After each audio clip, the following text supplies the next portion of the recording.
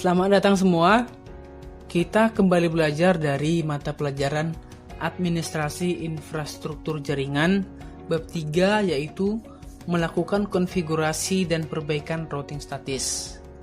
Kompetensi dasar dari pembahasan kita kali ini adalah mengevaluasi routing statis.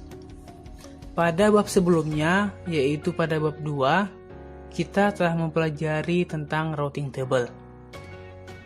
Jika kita ingin informasi yang ada pada routing table itu benar dan tepat sesuai dengan kegunaannya, maka kita memerlukan bantuan dari seorang administrator jaringan untuk mengisikannya.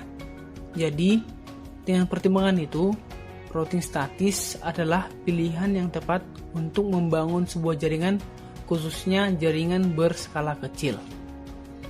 Pada video kali ini, kita sudah masuk pada bab 3 yang mana akan ada 3 pokok bahasan yang akan kita bahas pada bab 3 ini, yaitu pengenalan routing statis, konfigurasi routing statis, dan perbaikan permasalahan routing statis. Namun, pada video kali ini, kita hanya akan membahas materi yang pertama saja, yaitu pengenalan routing statis. Untuk materi selanjutnya akan kita bahas pada video selanjutnya. Routing adalah sebuah proses untuk meneruskan paket-paket jaringan dari satu jaringan ke jaringan lain. Routing juga dikenal sebagai metode untuk menggabungkan beberapa jaringan. Untuk melakukan proses data itu, maka diperlukan suatu router. Agar proses routing dapat berjalan dengan baik dan dapat mencapai tujuan, router dapat menggunakan routing statis maupun routing dinamis. Ketika menggunakan routing statis, maka orang yang menjadi administrator jaringan harus melakukan konfigurasi secara manual dan melakukan perawatan atau pengecekan secara terpisah karena routing table tidak berubah secara dinamis.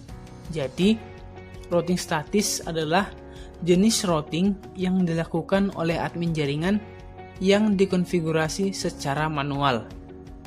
Ketika kita menggunakan routing statis, maka kita harus melakukan konfigurasi untuk setiap rute pada router, yang mana setiap router itu hanya akan meneruskan paket sesuai dengan yang ada pada routing table-nya. Jadi karena itu, routing statis juga biasanya digunakan untuk membangun jaringan yang berskala kecil. Sekarang kita masuk pada prinsip dan cara kerja routing statis. Secara umum, routing adalah proses di mana suatu data diteruskan dari satu tempat ke tempat lain. Routing statis adalah jenis dari routing yang mana seorang administrator jaringan melakukan konfigurasi jaringan secara manual. Fungsi utama router adalah untuk mengirimkan paket data atau informasi. Router dapat mengetahui kemana rute perjalanan informasi atau paket akan dilewatkan. Apakah ditujukan pada host lain yang berada pada satu jaringan atau yang berada pada jaringan yang berbeda. Cara kerja routing statis. Cara kerja routing statis dibagi menjadi 3 bagian, yaitu yang pertama, administrator jaringan mengonfigurasi router. Yang kedua, router melakukan routing berdasarkan informasi yang ada dalam routing table. Dan yang ketiga dan terakhir adalah routing statis akan digunakan untuk melewatkan paket data. Itulah materi untuk prinsip dan cara kerja routing statis. Gimana? Sejauh ini bisa dipahami ya? Kita lanjutkan materinya.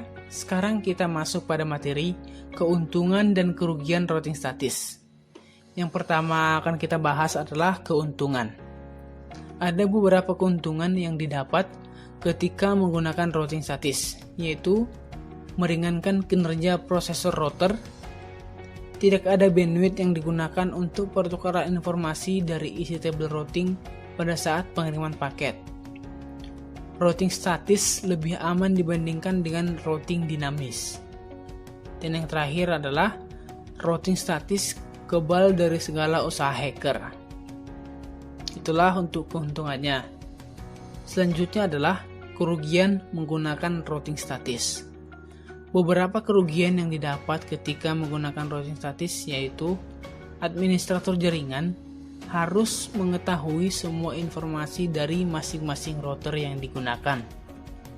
Yang kedua, hanya dapat digunakan untuk jaringan berskala kecil karena perlu mengatur semua tabel routingnya. Selanjutnya, administrasinya cukup rumit dibandingkan dengan routing dinamis, apalagi jika banyak router yang harus dikonfigurasi secara manual. Kerugian yang terakhir adalah rentan terhadap kesalahan saat entry data routing statis, karena hal ini dilakukan secara manual. Oke, baiklah, cukup sekian materinya untuk video kali ini. Jika ada yang kurang dimengerti, silahkan bertanya. Terima kasih.